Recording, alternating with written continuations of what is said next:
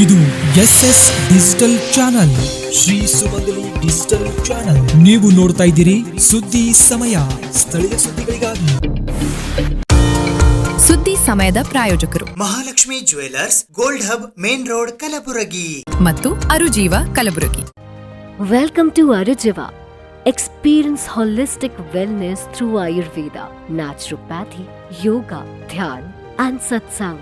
A state-of-the-art gym, serene wellness spaces, a refreshing swimming pool, comfortable accommodations and a sprawling 30-acre green farm provides everything you need for your healing. Come, heal and rediscover yourself. Arujiva, where ancient wisdom meets modern wellness.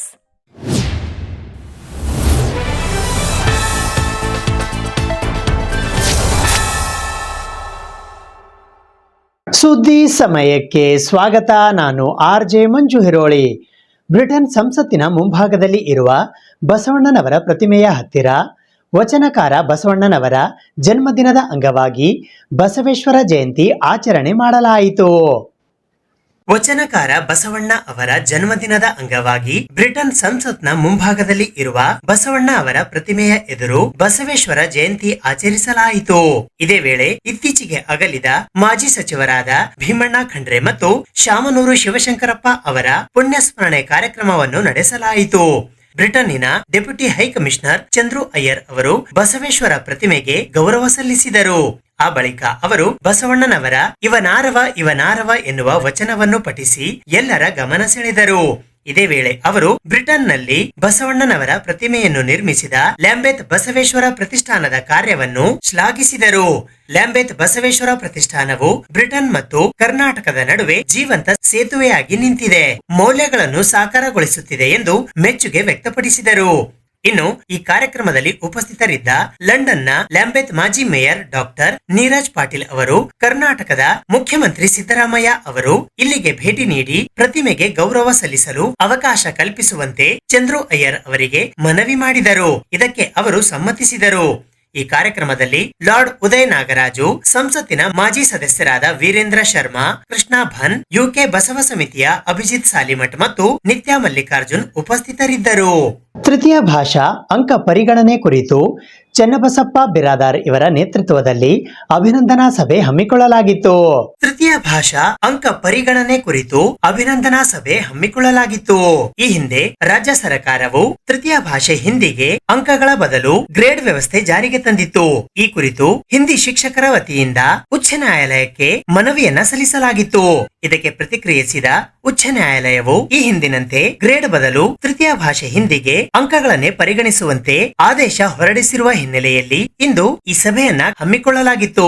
Hindi ಶಿಕ್ಷಕರು ಈಶಾನ್ಯ ವಲಯ ಪದವೀಧರ ಮತಕ್ಷೇತ್ರದ ವಿಧಾನ ಪರಿಷತ್ತಿನ ಸದಸ್ಯರಾದ doctor Shashil G Namoshi ಅವರಿಗೆ ತಮ್ಮ ಅಳಲನ್ನು ತೋಡಿಕೊಂಡಾಗ ಶಶಿಲ್ ನಮೋಶಿಯವರು ಅಧಿವೇಶನದಲ್ಲಿ ಸೇರಿದಂತೆ ಹಿಂದಿ ಶಿಕ್ಷಕರಿಗೆ ಅವರ ಬೇಡಿಕೆ ಈಡೇರಿಸಲು ತಮ್ಮ ಸಂಪೂರ್ಣ ಬೆಂಬಲವನ್ನು ನೀಡಿ ಸಹಕರಿಸಿರುವ ಹಿನ್ನೆಲೆಯಲ್ಲಿ ಇಂದು ಕಲಬುರಗಿ ನಗರದ ಆನಂದ್ ಹೋಟೆಲ್ ವೃತ್ತದ ಹತ್ತಿರವಿರುವ MLC ಶಶಿಲ್ ಜಿ ನಮೋಶಿ ಅವರ ಮನೆಯಲ್ಲಿ ಕರ್ನಾಟಕ ರಾಜ್ಯ ಪ್ರೌಢಶಾಲಾ ಹಿಂದಿ ಶಿಕ್ಷಕರ ಸಂಘ ಕಲಬುರಗಿ, ಕರ್ನಾಟಕ ರಾಜ್ಯ ಪ್ರೌಢಶಾಲಾ ಶಿಕ್ಷಕರ ಸಂಘ ಮತ್ತು ಜಿಲ್ಲಾ ಸರ್ಕಾರಿ ನೌಕರರ ಸಂಘದ ವತಿಯಿಂದ ಡಾಕ್ಟರ್ ಶಶಿಲ್ ಜಿ ನಮೋಶಿ ಅವರಿಗೆ ಅವರ ಸ್ವಗೃಹದಲ್ಲಿ ವಿಶೇಷವಾಗಿ ಸನ್ಮಾನಿಸಿ ಗೌರವಿಸಲಾಯಿತು.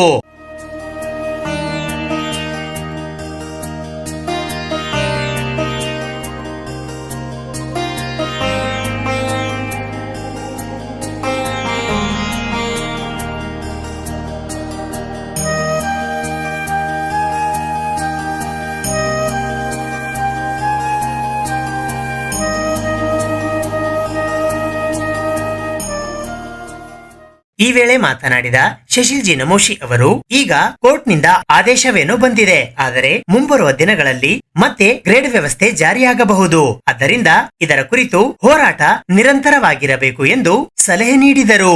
ಇನ್ನು ಮುಂದೆ ಕೂಡ ಶಿಕ್ಷಕರಿಗೆ ಯಾವುದೇ ರೀತಿಯ ಸಮಸ್ಯೆಯಾದರೂ ತಾವು ಅವರೊಂದಿಗೆ ಸದಾಕಾಲ ಇರುವುದಾಗಿ ಶಶಿಲ್ ಜಿ ನಮೋಶಿ ಅವರು ಭರವಸೆ ನೀಡಿದರು. ಸ್ಟೇಟ್ಮೆಂಟ್ ನೋಡಿದ್ರೆ ಆತ್ಮೀಯವಾಗಿ ಬೇಕಾದಷ್ಟು ಚೆನ್ನಾಗಿ ಮಾತಾಡ್ತೀವಿ, ಎಲ್ಲ ಕಲಿತೀವಿ, ಎಲ್ಲ ಮಾಡ್ತೀವಿ. ಆದ್ರೆ ಈ ವಿಷಯದ ಬಗ್ಗೆ ಯಾಕೋ ಅವರು ಅಂದ್ರೆ ಸರಿಯಾದ ಹೆಜ್ಜೆಯನ್ನ ಇಟ್ಟಿಲ್ಲ ಅಂತ ನಾನು ಸ್ಪಷ್ಟವಾಗಿ ಹೇಳಬೇಕಾಗ್ತದೆ. ಮತ್ತೆ ಎಲ್ಲೇ ಒಂದ್ ಕಡೆ ನಾನು ಎಲ್ಲರಿಗೂ ಮಾತಾಡಿದ್ದೀನಿ, ಹೊರಟ್ಟಿಯವರಿಗೆ ಒಂದು ಏನ್ ಮಾಡ್ಯಾನ ಮಾರ ಸುಮ್ಮನೆ ಹೆಂಗ್ಯಾಕ್ ಮಾಡಿದೀಗ ಅಂತ ಅಂದ್ರು. ಇವನ್ ಅಂದ್ರೆ ಬೇರೆ ಶಾಸಕರು ಕೂಡ ಮೊನ್ನೆ ಒಂದ್ ಸಭೆಯಲ್ಲಿ ಮಾತಾಡಿದಾಗ ಎಲ್ಲ ತಪ್ಪು ಮಾಡ್ಯಾನಪ್ಪ, ಯಾಕಿದ್ರೊಳಗ ಕೈ ಹಾಕಕ್ ಹೋಗಿದ್ದೋ ಏನೋ ಅಂತ ನಮ್ಮ ಎಲ್ಲಾ ಶಾಸಕರ ಅನ್ಸಿಕೆ. ನಾವು ಅಂದ್ರೆ ನಿನ್ನೆ ಕೂಡ ನಮ್ಮ ಇದು ಗೂಗಲ್ ಮೀಟ್ ಅಲ್ಲಿ ನಾ ಮಾತನ್ನ ಹೇಳಿದೆ. ನಾವು 14 ಜನ ಶಾಸಕರು ಏನ್ರಿ 14 ಜನ ನಾವು ಶಾಸಕರು ಅಂದ್ರೆ ಶಿಕ್ಷಕರ ಮತ್ತು ಪದವೀಧರ ಕ್ಷೇತ್ರದ ನಾವೆಲ್ಲ ಶಾಸಕರು ಇದ್ರ ಬಗ್ಗೆ ಮಧು ಬಂಗಾರಪ್ಪನವ್ರಿಗೆ ಹೇಳೋದು ಅಷ್ಟೇ ಅಲ್ಲ, ನಾವು CM ಅವರಿಗೂ ಹೇಳ್ತೀವಿ. ನಂದು ವಿಚಾರ ಹೇಳ್ತೇವೆ, CM ಅವರಿಗೂ ಹೇಳೋದು ಸರ್ ಇದು ಯಾಕೋ ಸರಿ ಆಗಲ್ಲ. ನಾನು ಒಂದು ಮಾತು ಈ ಸಂದರ್ಭದಲ್ಲಿ ಅಂದ್ರೆ ಕೋರ್ಟಲ್ಲಿ ಆಗಿದ್ದಂಥ ವಿಷಯಕ್ಕೆ ಬರ್ತೀನಿ. ಇದು ಪ್ರಾರಂಭದಲ್ಲಿ ಆದ ದಿವಸ 27ನೇ ತಾರೀಕಿಗೆ ಆಗ್ಯದ ನನ್ಗೆ ಗೊತ್ತಿದ್ದ. ಇವತ್ತು 22 27ನೇ ತಾರೀಕಿಗೆ ಆ ಸ್ಟೇಟ್ಮೆಂಟ್ ಬಂತು. 28ಕ್ಕೆ ನಾನಿಲ್ಲಿ ಪತ್ರಿಕಾಗೋಷ್ಠಿ ಇತ್ಯಾದಿ ಮಾಡಿದೆ. ಅದೆಲ್ಲ ಮಾಡಿದಾದ್ಮೇಲೆ ನಾನು ನಮ್ಮ ರಶ್ಮಿ ಮೇಡಮ್ ಅವ್ರಿಗೆ ಫೋನ್ ಮಾಡಿದ್ರೆ ಅವ್ರು ಏನಂದ್ರು ದಿಢೀರನೆ ಇಲ್ಲ ನಾವೆಲ್ಲಿ ಕಲ್ಸ್ಬೇಡ ಅಂತ ಎಲ್ಲಿ ಹೇಳಿದೀವಿ, ನಾವೆಲ್ಲಿ ಬಿಟ್ಟಿದ್ದೇವೆ ಅದು ನಾವು ಬರೀ ಗ್ರೇಡ್ ಕೊಡಕ್ ಇದು ಮಾಡಿದೀವಿ. ಆದ್ರೆ ಅದು ಏನದಾರಲ್ಲ, ನೀವು ಇದನ್ನ ಕೈ ಬಿಡುವಂತ ಮೊದಲನೇ ಹೆಜ್ಜೆ ಅದು. ಈ ಹಿಂದಿ ಕೈ ಬಿಡ್ಬೇಕಂತ ಅನ್ನುವಂತ ಸರ್ಕಾರದಲ್ಲಿ ಏನು ವಿಚಾರ ಎಲ್ಲಿಂದೋ ಬಂದದ, ಎಲ್ಲೇ ಬರ್ಲಿ, ಅದು ಯಾರಿಂದೇ ಬರ್ಲಿ, ಪ್ರಶ್ನೆ ಅದು ಅಲ್ಲ. ಇದಕ್ಕೆ ಡೈಲ್ಯೂಟ್ ಮಾಡುವಂತ ಕೆಲಸ ಏನ್ ಮಾಡಿದ್ರಿ? ಇವತ್ತು ಮಾರ್ಕ್ಸ್ ಕೊಡೋದು ಬೇಡ, ಮಾರ್ಕ್ಸ್ ಕೊಡ್ಲಿಲ್ಲ ಅಂತಂದ್ರೆ ಮಕ್ಕಳು ಸೀರಿಯಸ್ ಆಗಲ್ಲ ಅಂತಂದ್ರೆ ಯಾರು ಆ ಸಬ್ಜೆಕ್ಟ್ ತೆಗೆದುಕೊಳ್ಳಲ್ಲ ಅಂತಂದ್ರೆ ಹೆಚ್ಚು ಕಡಿಮೆ ಮುಂದೆ ಹಿಂದಿ ಅಪಾಯಿಂಟ್ಮೆಂಟೇ ಆಗಲ್ಲ ಅಂತಂದ್ಮ್ಯಾಗ ನಾನು ಒಪ್ಕೊಳ್ತೀನಿ. ಹಾರ್ಡ್ಲಿ ಒಂದು ಹಿಂದಿ ಕಲ್ತಂತವ್ರು ಅಂದ್ರೆ ಹಿಂದಿ BEd ಮಾಡಿದಂಥವ್ರು, ಪೋಸ್ಟ್ ಗ್ರಾಜುಯೇಷನ್ ಇರ್ಲಿ ಮಾಡಿದವರು ಇವತ್ತಿನ ಕಾಲದಲ್ಲಿ ಒಂದು 2-3% ಮಂದಿಗೆ ಸರ್ಕಾರಿ ಜಾಬ್ ಸಿಗ್ಬೋದು. ಆದ್ರೆ ಅದು ಬಿಟ್ರೆ 95% ಜನ ಪ್ರೈವೇಟ್ ಅಲ್ಲಿ ಕೆಲಸ ಮಾಡ್ತಾರ. ಆದ್ರೆ ಸರ್ಕಾರ ಈ ಒಂದು ನಿರ್ಣಯ ತಗೊಂಡ್ರು ಅಂತಂದ್ರ ಪ್ರೈವೇಟ್ ಶಾಲೆಗಳಲ್ಲಿ ಹಿಂದಿ ಸಬ್ಜೆಕ್ಟ್ ತಗೋತಾರ ಅಂತ ಹೇಳಿದೇನು? ಯಾರು ತಗೊಳಲ್ಲ. ಏನಾಯ್ತು? ಒಂದು ನಮ್ಮ ಉದ್ಯೋಗ ಅವಕಾಶಕ್ಕ ನೀವು ಕಲ್ಲು ಹಾಕಿದ್ರಿ, ಇನ್ನೊಂದೇನು ಮಕ್ಕಳ ಹಿತದೃಷ್ಟಿಯಿಂದ ನೋಡಿದ್ರೆ ನಿಜವಾಗ್ಲೂ ಇದು ಬಹಳ ದೊಡ್ಡ ಬ್ಲಂಡರ್ ಮಾಡ್ತಿದ್ದಾರೆ ಸರ್ಕಾರ. ಈ ಪೆಡಂಭೂತವನ್ನ ಇವತ್ತು ನಾವು ಅದನ್ನು ಹೊರಗೂಡಿಸಿ ಕಾನೂನಿನ ಸಲಹೆಯನ್ನು ಪಡೆದುಕೊಂಡು ಕಾನೂನಿನ ಮೊರೆ ಹೋಗಿ ನಾವು ಅಂಕವನ್ನು ಪರಿಗಣಿಸುವಂತಹ ನಿಟ್ಟಿನಲ್ಲಿ ಈ ಒಂದು ಇಡೀ ಕರ್ನಾಟಕ ರಾಜ್ಯದ ಎಲ್ಲ ಹಿಂದಿ ಶಿಕ್ಷಕರು ಮತ್ತು ವಿಶೇಷವಾಗಿ ಮಕ್ಕಳ ಒಂದು ಹಿತದೃಷ್ಟಿಯಿಂದ ನಮ್ಮ ಒಂದು ಬೇಡಿಕೆ ಮತ್ತು ಕೂಗಿತ್ತು. ಮಾನ್ಯ ವಿಧಾನ ಪರಿಷತ್ ಸದಸ್ಯರು ಈ ಮೊಟ್ಟ ಮೊದಲ ಈ ಗ್ರೇಡ್ ಪದ್ಧತಿಯನ್ನ ಕರ್ನಾಟಕದಲ್ಲಿ ಯಾರಾದರೂ ವಿರೋಧಿಸಿದ್ರಂದ್ರೆ ಅದು ಶಶಿ ನಮೋಚಿ ಸರ್ ಅವರು ಮೊಟ್ಟ ಮೊದಲಾಗಿ ಪತ್ರಿಕಾ ಮಾಧ್ಯಮದಲ್ಲಿ ಹೇಳಿಕೆಗಳನ್ನು ನೀಡಿ ನಮ್ಮನ್ನು ಕೂಡ ಒಂದು ಧೈರ್ಯವನ್ನು ನೀಡಿ ಯಾವುದೇ ಕಾರಣಕ್ಕೂ ಕೂಡ ನಾವು ಗ್ರೇಡ್ ಪದ್ಧತಿಯನ್ನು ನಾವು ತರೋದಕ್ಕೆ ಬಿಡೋದಿಲ್ಲ ಅಂತ ಹೇಳಿ ಅಂಕವನ್ನು ಪರಿಗಣಿಸಬೇಕು ಅನ್ನುವಂಥ ನಿಟ್ಟಿನಲ್ಲಿ ಅವರು ಮೊಟ್ಟ ಮೊದಲನೇದಾಗಿ ನಮ್ಮ ಜನಪ್ರತಿನಿಧಿಗಳಾಗಿ ಶಿಕ್ಷಕರ ಕಣ್ಮಣಿಯಾಗಿ ಅವರು ಇದು ಮಾಡಿದ್ದಾರೆ. ಇವತ್ತಿನ ಈ ಸಂದರ್ಭದಲ್ಲಿ ಈ ಒಂದು ಅಭಿನಂದನಾ ಸಮಾರಂಭ ಅಥವಾ ಅಭಿನಂದನಾ ಕೂಟದಲ್ಲಿ ನಾವು ಭಾಗವಹಿಸುವ ಉದ್ದೇಶ ಏನಂದ್ರೆ ನಮ್ಮ ಒಂದು ಈ ಹೋರಾಟಕ್ಕೆ, ಅದರಲ್ಲಿ ವಿಶೇಷವಾಗಿ ಕಲಬುರಗಿ ಜಿಲ್ಲಾ ಒಂದು ಹಿಂದಿ ಶಿಕ್ಷಕರ ಪರವಾಗಿ ಅಥವಾ ಈ ಅಂಕಗಳ ಪರಿಗಣನೆಗಾಗಿ ಕೇವಲ ನಾವು ಬರೀ ಶಿಕ್ಷಕರಷ್ಟೇ ಅಲ್ಲ, ಕೆಲವೊಂದಿಷ್ಟು ಸಾಮಾಜಿಕ ಹೋರಾಟಗಾರರನ್ನ, ಪ್ರಸಿದ್ಧ ವಕೀಲರನ್ನ, ಹಿಂದಿ ಪ್ರಚಾರ ಪರಿಷತ್ತಿನ ಮುಖಂಡರನ್ನ, ಇನ್ನು ಅದರಲ್ಲಿ ವಿಶೇಷವಾಗಿ ನೌಕರರ ಸಂಘದವರನ್ನ, ಅದರಲ್ಲಿ ಪ್ರೌಢಶಾಲಾ ಸಹಶಿಕ್ಷಕರ ಸಂಘದ ಜಿಲ್ಲಾಧ್ಯಕ್ಷರು ಹಾಗೂ ಕಾರ್ಯದರ್ಶಿಗಳನ್ನ, ಜೊತೆಗೆ ನನ್ನೆಲ್ಲ ಹಿಂದಿ ಶಿಕ್ಷಕರು, ಅದರಲ್ಲಿ ವಿಶೇಷವಾಗಿ ಕಲಬುರಗಿ ಜಿಲ್ಲೆ ನಿಮಗೆಲ್ಲ ಗೊತ್ತದ NSQF ಅನ್ನುವಂತಹ ಪೆಡಂಭೂತಕ್ಕೆ ಆ ಒಂದು ಬುನಾದಿಯನ್ನು ಹಾಕಿಕೊಟ್ರೆ ಸರ್ಕಾರ ಪ್ರಾಯೋಗಿಕವಾಗಿ ಕಲಬುರಗಿ ವಿಭಾಗಕ್ಕೆ NSQF ಅನ್ನ ಪ್ರಾಯೋಗಿಕವಾಗಿ ಚಾಲ್ತಿ ಮಾಡಿ ಒಂದು ಹಿಂದಿ ವಿಷಯವನ್ನು ಅಳಿಗಾಡಿಸುವಂಥ ಹಂತದೊಳಗೆ ಮೊಟ್ಟ ಮೊದಲು ಇಡೀ ಕರ್ನಾಟಕದಲ್ಲಿ ಇದರ ವಿರುದ್ಧ ಧ್ವನಿ ಎತ್ತಿ ನಾವು ಆ ಒಂದು ಹೋರಾಟದಲ್ಲಿ ಅತ್ಯಂತ ಯಶಸ್ವಿಯಾದಿವಿ ಅಂತ ಅತ್ಯಂತ ಹೆಮ್ಮೆಯಿಂದ ಹೇಳ್ಕೊಂತೀವಿ. ಪ್ರೌಢಶಾಲಾ ಸಹಶಿಕ್ಷಕರ ಸಂಘ ಅಂದರೆ 6 ವಿಷಯದ ಶಿಕ್ಷಕರನ್ನು ಒಳಗೊಂಡಿರ್ತಕ್ಕಂಥ ಒಂದು ಸಂಘ. ಇಲ್ಲಿ ಎಲ್ಲ ವಿಷಯದ ಶಿಕ್ಷಕರಿಗೂ ಕೂಡ ಅಷ್ಟೇ ಒಂದು ಪ್ರಾತಿನಿಧ್ಯ ನಾವು ನೀಡಬೇಕಾಗಿರ್ತದೆ. ಇವತ್ತು ಸಂಕಷ್ಟ ಹಿಂದಿ ಶಿಕ್ಷಕರಿಗೆ ಬಂದು ಒದಗಿರ್ಬೋದು, ನಾಳೆ ಇಂಗ್ಲೀಷ್ದವ್ರಿಗೆ ಬರ್ತದ, ನಾಳೆ ಗಣಿತದವ್ರಿಗೆ ಬರ್ತದ. ಈ ರೀತಿ ಯಾವುದೋ ಒಂದು ಸಂದರ್ಭದಲ್ಲಿ ಯಾರಿಗೋ ಒಂದು ಸಂಕಷ್ಟ ಬಂದಿರ್ತದೆ. ಒಂದು ವಿಷಯ ಶಿಕ್ಷಕರಿಗೆ ಸಂಕಷ್ಟ ಬಂದಂದ್ರೆ ನಾವೆಲ್ಲ ವಿಷಯದವ್ರು ನಿಂತು ಅವರಿಗೆ ಹೆಗಲು ಕೊಟ್ಟು ಹೋರಾಟ ಮಾಡ್ತಕ್ಕಂಥ ಒಂದು ಪ್ರವೃತ್ತಿಯನ್ನು ನಾವು ಮಾಡ್ಕೋಬೇಕಾಗಿರ್ತದೆ. ಆ ನಿಟ್ಟಿನಲ್ಲಿ ಕಲಬುರಗಿ ಜಿಲ್ಲೆಯಲ್ಲಂತೂ ನಾವೆಲ್ಲ ಸಹಶಿಕ್ಷಕರ ಸಂಘ ಆಗಿರ್ಬೋದು, ವಿವಿಧ ವಿಷಯದವರು ಕೂಡ ಹಿಂದಿ ಶಿಕ್ಷಕರೊಂದಿಗೆ ನಿಂತು ಇವತ್ತು ಹೋರಾಟ ಮಾಡಿ ಇದಕ್ಕೊಂದು ತಾತ್ಕಾಲಿಕ ತೆರೆಯನ್ನು ಸಿಕ್ಕಿರ್ತಕ್ಕಂಥದ್ದು ನಮ್ಗೆ ಭಾಳ ಸಂತೋಷ ತಂದಿದೆ. ಆದರೆ ಒಂದು ಗಮನಿಸಬೇಕಾಗಿರ್ತಕ್ಕಂಥ ಅಂಶ, ನಮ್ಮ ಕಲಬುರಗಿ ಜಿಲ್ಲೆ ಯಾಕೆ ಇಲ್ಲಿ ಇಷ್ಟು ನಾವು ವಿರೋಧ ವ್ಯಕ್ತ ಆಗ್ತಾ ಇದೆಯಪ್ಪ ಅಂತಂದರೆ, ನಮ್ಮ ಗಡಿ ಭಾಗ ಇಲ್ಲಿ ಮಹಾರಾಷ್ಟ್ರಕ್ಕೆ ಹೊಂದಿಕೊಂಡಿರ್ತಕ್ಕಂತಹ ಭಾಗ ಆಗಿರ್ಬೋದು, ಇಲ್ಲಿ ಮೇಲೆ ಹೋದರೆ ನಮ್ಮ ತೆಲಂಗಾಣಕ್ಕೆ ಹೊಂದ್ಕೊಂಡಿರ್ತಕ್ಕಂಥ ಭಾಗ. ಇಲ್ಲಿ ಏನಂದರೆ ನಮ್ಮ ವಿದ್ಯಾರ್ಥಿಗಳು ತಮ್ಮ ಮುಂದಿನ ಜೀವನ ನಡೆಸಬೇಕಾಗಿತ್ತಪ್ಪ ಅಂದ್ರೆ ಅವರು ಮಹಾರಾಷ್ಟ್ರದ ಮುಂಬೈ, ಪುಣೆ ಆಗಿರ್ಬೋದು, ಹೈದರಾಬಾದ್ ಆಗಿರ್ಬೋದು, ಈ ರೀತಿ ಬೇರೆ ಬೇರೆ ರಾಜ್ಯಗಳಲ್ಲಿ ತಮ್ಮ ಉದ್ಯೋಗವನ್ನು ಆರಿಸಿಕೊಂಡು ಹೋಗಿರ್ತಾರೆ. ಅಂಥ ಸಂದರ್ಭದಲ್ಲಿ ಅವರು ಒಂದು ಭಾಷೆಯನ್ನು ಬಳಸಬೇಕಾಗಿದೆ ಯಾವುದಪ್ಪ ಅಂತಂದರೆ ಅದು ಹಿಂದಿ ಭಾಷೆಯನ್ನು ಅವಲಂಬಿತರಾಗಿ ಅಲ್ಲಿ ಹೋಗ್ತಾರೆ. ಅವರು ಒಂದು ವೇಳೆ ಅದಕ್ಕೆ ನಿರ್ಬಂಧ ಹಾಕ್ತೇವಪ್ಪ ಅಂತಂದರೆ ಅವ್ರ ಜೀವನ ಕೊಲ್ಯಾಪ್ಸ್ ಆಗ್ತದೆ.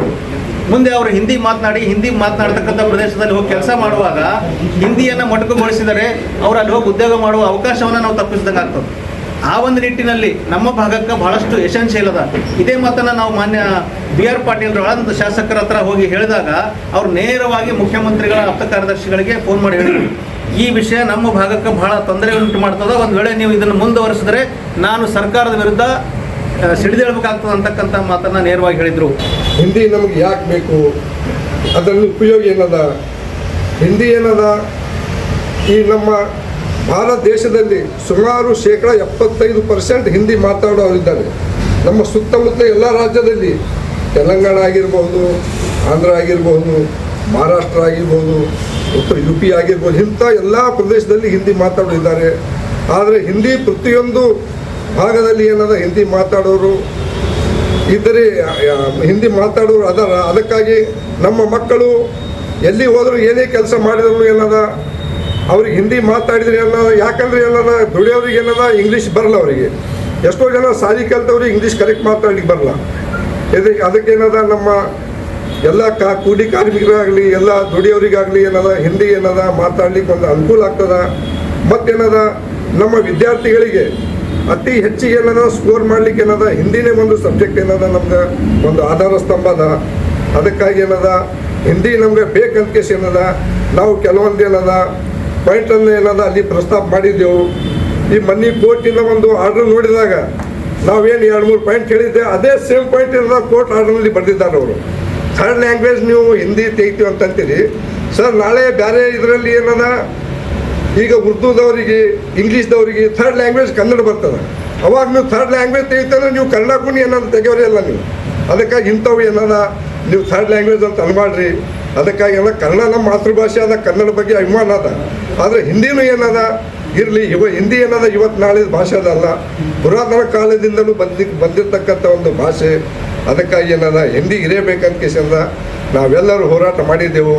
ಆ ಹೋರಾಟದ ಪ್ರಯತ್ನದಿಂದಾಗಿ ಏನದ ಇವತ್ತು ಕೋರ್ಟ್ನಲ್ಲಿ ಏನದ ನಮ್ಮ ಜಯ ಸಿಕ್ಕಿದೆ. ಅದಕ್ಕಾಗಿ ತಮ್ಮೆಲ್ಲರ ಒಂದು ಜಯ ಅಂತ ನಾನು ಅನುಭವಿಸ್ತೀನಿ.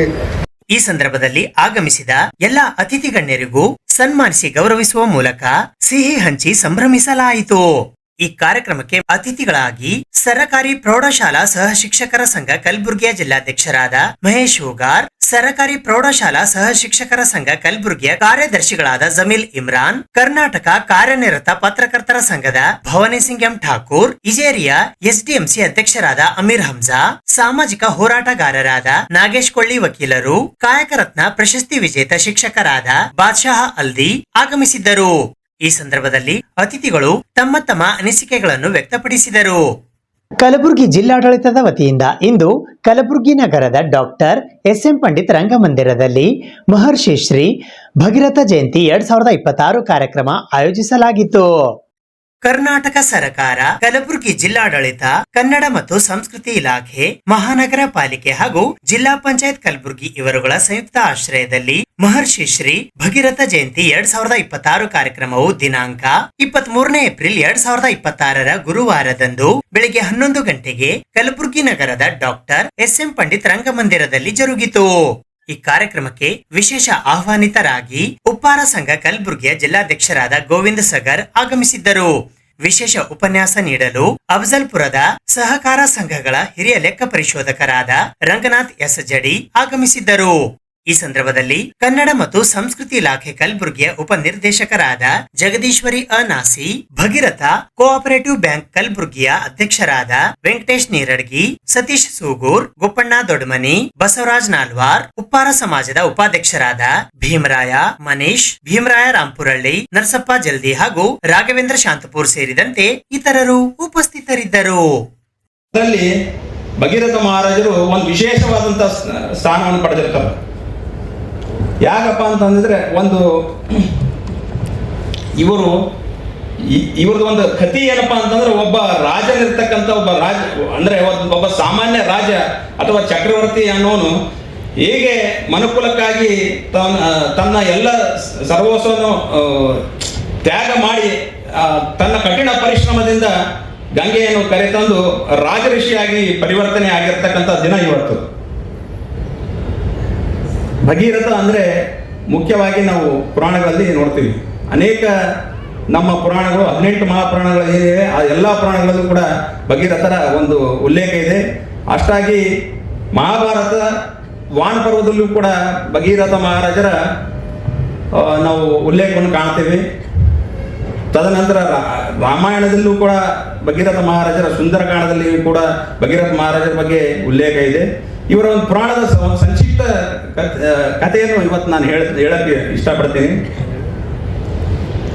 ಏನಪ್ಪಾ ಅಂತಂದ್ರೆ, ಈ ಭಗೀರಥ ಮಹಾರಾಜರು ಸತ್ಯಯುಗದ ಪುರುಷರು. ಇವರು ಸತ್ಯಯುಗ ಅಂದ್ರೆ ಈ ತ್ರೇತಾಯುಗ, ಶ್ರೀರಾಮಚಂದ್ರ ನಮಗೆಲ್ಲ ಗೊತ್ತಿರ್ತಕ್ಕಂಥ ಒಬ್ಬ ನಮ್ಮ ಭಾರತದ ಒಂದು ಸಾಂಸ್ಕೃತಿಕ ನಾಯಕರು. ಅವರಿಗಿನ್ನ ಮೊದಲು ಏನಪ್ಪಾ ಅಂತಾರ, ಈ ಸತ್ಯಯುಗದಲ್ಲಿ ಭಗೀರಥ ಮಹರ್ಷಿಗಳು ಇದ್ರು. ಈ ಸತ್ಯಯುಗದಲ್ಲಿ ಅಯೋಧ್ಯಾಪುರಿಯಲ್ಲಿ ಸಗರ ಚಕ್ರವರ್ತಿ ಅಂತೇಳಿ ಒಬ್ಬ ದೊಡ್ಡ ಮಹಾರಾಜ ಇದ್ದ. ಅವರು ಬಹಳ ಶೂರರು ಮತ್ತು ವೀರರಿದ್ರು. ಅಷ್ಟೇ ಏನಪ್ಪಾ ಅಂತಂದ್ರೆ ಲೋಕ ಪ್ರಿಯ ಇವರು ರಾಜರು ಕೂಡ ಅವರಿದ್ರು. ಅವರಿಗೆ 2 ಜನ ಹೆಂಡತಿಯರಿದ್ರು. ಅವರು ಒಬ್ರು ಅಮೀಷಿ ಇದ್ದ, ಇನ್ನೊಬ್ರು ಸುಮಿತಾ ಅಂತೇಳಿ ಅವರು ಈ ಸಗರ ಚಕ್ರವರ್ತಿಯವರು 99 ಅಶ್ವಮೇಧ ಯಾಗಗಳನ್ನು ಮಾಡಿರ್ತಕ್ಕಂಥ ಒಬ್ಬ ಮಹಾವೀರ ಇದ್ದ. 99 ಅಶ್ವಮೇಧ. ಸಾಮಾನ್ಯವಾಗಿ ಏನಪ್ಪಾ ಅಂತಂದ್ರೆ ಆಗಿನ ಕಾಲದಲ್ಲಿ ಅಶ್ವಮೇಧ ಯಾಗ ಅಂತಕ್ಕಂಥದ್ದು ಒಂದು ಧೈರ್ಯ ಮತ್ತು ಪ್ರೌಢಿಮೆಯ ಸಂಕೇತ ಆಗಿತ್ತು. ಅಂಥವನ್ನು 99 ಮಾಡಿದ್ರು. ಇನ್ನೂ ಒಂದು ಮಾಡಿ 100 ಅಶ್ವಮೇಧ ಯಾಗಗಳನ್ನು ಮಾಡಬೇಕು ಅಂತಕ್ಕಂಥದ್ದು ಒಂದು ಮಹಾದಾಸೆಯನ್ನು ಅವರು ಹೊಂದಿದ್ರು. ಆ 100 ಅಶ್ವಮೇಧ ಯಾಗ ಮಾಡಿದ ಮೇಲೆ ಇಂದ್ರನ ಸ್ವರ್ಗಲೋಕದ ಸಿಂಹಾಸನಕ್ಕೆ ಅವರು ಏನಪ್ಪಾ ಅಂತಂದ್ರೆ, ಅವರು ಕೂಡ ಒಬ್ಬ ಕ್ಲೇಮಿಂಗ್ ಅಂತ ನಾವೇನು ಕರಿತೀವಿ, ಅವರು ಉತ್ತರಾಧಿಕಾರಿ ಆಗ್ತಕ್ಕಂಥ ಒಂದು ಇದು ಇತ್ತು. ಅದನ್ನು ಮನಗಂಡು ಅವ್ರು ಏನೇ ಕಷ್ಟ ಆದರೂ ಕೂಡ ನಾನು 100ನೇ ಅಶ್ವಮೇಧ ಯಾಗವನ್ನು ಮಾಡಿ ಸ್ವರ್ಗದ ಸಿಂಹಾಸನವನ್ನು ಪಡಿಬೇಕು ಅಂತಕ್ಕಂಥ ಒಂದು ಇಚ್ಛೆ ಅವರಲ್ಲೂ ಕೂಡ ತುಂಬಾ ಜಾಗೃತವಾಗಿತ್ತು. ಜಿಲ್ಲಾಡಳಿತ, ಕನ್ನಡ ಮತ್ತು ಸಂಸ್ಕೃತಿ ಇಲಾಖೆ, ಮಹಾನಗರ ಪಾಲಿಕೆ ಹಾಗೂ ಜಿಲ್ಲಾ ಪಂಚಾಯತ್ ಕಲಬುರಗಿ ಇವರುಗಳ ಸಂಯುಕ್ತ ಆಶ್ರಯದಲ್ಲಿ ಮಹರ್ಷಿ ಶ್ರೀ ಭಗೀರಥ ಜಯಂತಿಯನ್ನು ಆಚರಿಸಲಾಗಿದೆ. ಇಂದು ದಿನಾಂಕ 23/4/2026 ಸಾಂಕೇತಿಕವಾಗಿ ಇಂದು ನಾವು ಭಗೀರಥ ಜಯಂತಿಯನ್ನು ಆಚರಿಸುತ್ತಿದ್ದೇವೆ. ಬರುವ ದಿನಗಳಲ್ಲಿ ನಮ್ಮ ಸಮಾಜದ ಗುರುಗಳಾದ ಶ್ರೀ ಪುರುಷೋತ್ತಮಾನಂದ ಪುರಿಗಳು ಹಾಗೂ ನಮ್ಮ ಸಮಾಜ ನಿಗಮ ಮಂಡಳಿ ಅಧ್ಯಕ್ಷರಾದ ಶ್ರೀ ಭರಮಣ್ಣ ಉಪ್ಪಾರ್ ಗೋಕಾಕ್ ಅವರನ್ನು ಆಹ್ವಾನಿಸಿ ಗುಲ್ಬರ್ಗಾ ಜಿಲ್ಲೆಯಲ್ಲಿ ವಿಜೃಂಭಣೆಯಿಂದ ಬರುವ ದಿನಗಳಲ್ಲಿ ಆಚರಿಸಬೇಕಂತ ಒಂದು ಪ್ಲಾನ್ ಇದೆ. ಅದಕ್ಕಾಗಿ ಇಂದು ನಾವು ಬರೀ ಸಾಂಕೇತಿಕವಾಗಿ ಸರ್ಕಾರ ಏನು ಆಯೋಜಿಸಿದೆ ಅದೇ ಕಾರ್ಯಕ್ರಮವನ್ನು ಮಾಡುತ್ತಿದ್ದೇವೆ. ಕಲಬುರಗಿ ನಗರದ ಎಸ್ಪಿ ಆಫೀಸ್ ಹತ್ತಿರವಿರುವ ಸರಕಾರಿ ಪದವಿ ಪೂರ್ವ ಬಾಲಕಿಯರ ಕಾಲೇಜಿನಲ್ಲಿ ಇಂದು ವಿದ್ಯಾರ್ಥಿನಿಯರು ಸಾಮಾನ್ಯ ಪ್ರವೇಶ ಪರೀಕ್ಷೆಯನ್ನ ಬರೆದರು.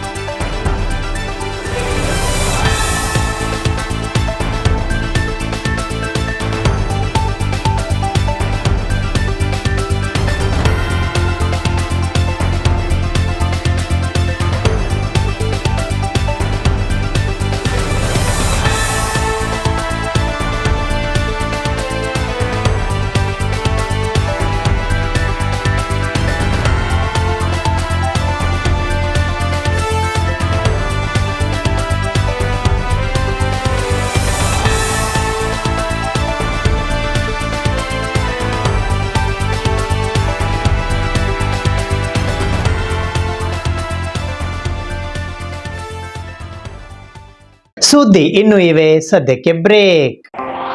ಇದು SS ಡಿಜಿಟಲ್ ಚಾನಲ್, ಶ್ರೀ ಸುಮಂಗಲಿ ಡಿಜಿಟಲ್ ಚಾನಲ್. ನೀವು ನೋಡ್ತಾ ಇದ್ದೀರಿ ಸುದ್ದಿ ಸಮಯ, ಸ್ಥಳೀಯ ಸುದ್ದಿಗಳಿಗಾಗಿ. ಸುದ್ದಿ ಸಮಯದ ಪ್ರಾಯೋಜಕರು Mahalakshmi jewellers, gold hub, main road, Kalaburagi ಮತ್ತು ಅರುಜೀವ Kalaburagi. Welcome to Arujiva. Experience holistic wellness through Ayurveda, naturopathy, yoga, dhyan, and satsang. A state-of-the-art gym, serene wellness spaces, a refreshing swimming pool, comfortable accommodations, and a sprawling 30-acre green farm provides everything you need for your healing. Come, heal, and rediscover yourself. Arujiva, where ancient wisdom meets modern wellness.